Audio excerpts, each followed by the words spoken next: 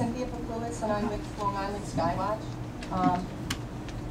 Geoengineering is defined as actions taken to counter the climate effects of greenhouse gas emissions on the atmosphere.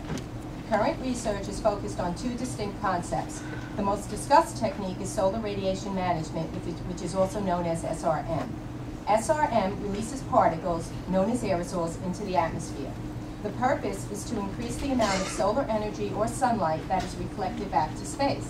The second technique alters the reflectivity of clouds by spraying droplets of seawater into the atmosphere to make the clouds brighter. There are many patents that describe how these two concepts are accomplished. In 1990, Hughes Aircraft Company created the Wells-Back seeding patent for the reduction of global warming. The patent describes putting metals like aluminum and barium into jet fuel. Then, water vapor from the jet engine seeds the atmosphere by creating particles that stay afloat to reflect sunlight. Geoengineering would only mask the effects of climate change. In fact, geoengineering adds a greenhouse gas more potent than CO2 to the atmosphere, water vapor. It also does nothing to decrease or prevent rising CO2 and the resulting problems such as ocean acidification. Geoengineering would also significantly increase acid rain. Acid rain leaches aluminum from soil into rivers and streams and damages fish populations by disrupting their reproductive cycle.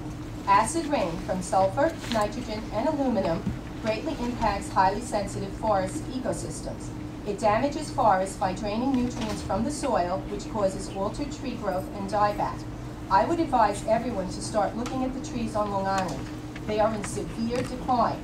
A tree bark sample taken from my backyard showed high aluminum, barium, and strontium. Acid rain causes aluminum to be unnaturally released from the soil. As aluminum is the favored metal being proposed by geoengineers due to its low cost, the effects on Long Island forests, farms, and waters is insurmountable. Geoengineering, which also includes weather modification and weather mitigation programs, could decrease rainfall significantly. Decreased rainfall would have a huge agricultural impact on Long Island's farming community, trees, water supplies, and citizens. Geoengineering could also increase rain or snow in one area to the detriment of another. It would reduce the total amount of direct sunlight reaching Earth's surface.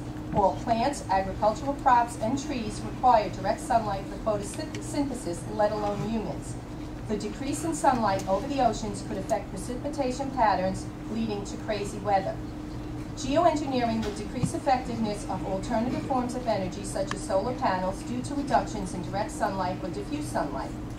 Geoengineering would also increase atmospheric water vapor, a greenhouse gas, and cirrus clouds which are formed from the trails which are left by the planes.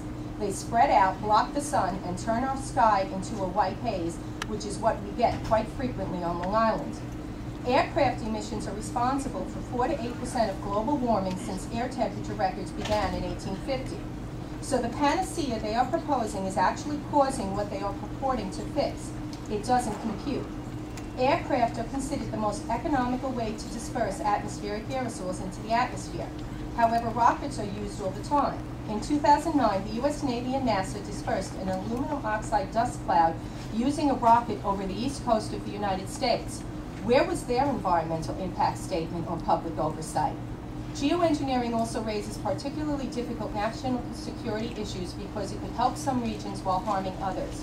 All studies show that once begun, it cannot be stopped without creating harmful sudden increases in global temperature.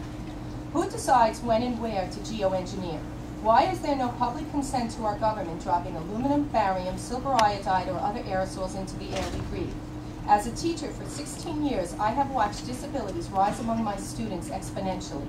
10 years ago, autism was 1 out of every 10,000 children. Now it affects 1 in 70 boys. Allergies are no longer seasonal. They last all year and they develop at any age. Nearly everyone you know has a child with a disability. Asthma is an epidemic. Respiratory illness is the 3rd leading cause of death. It has moved up from 7 in the last 6 years. Something is causing this. You're out of time. Okay, thank you.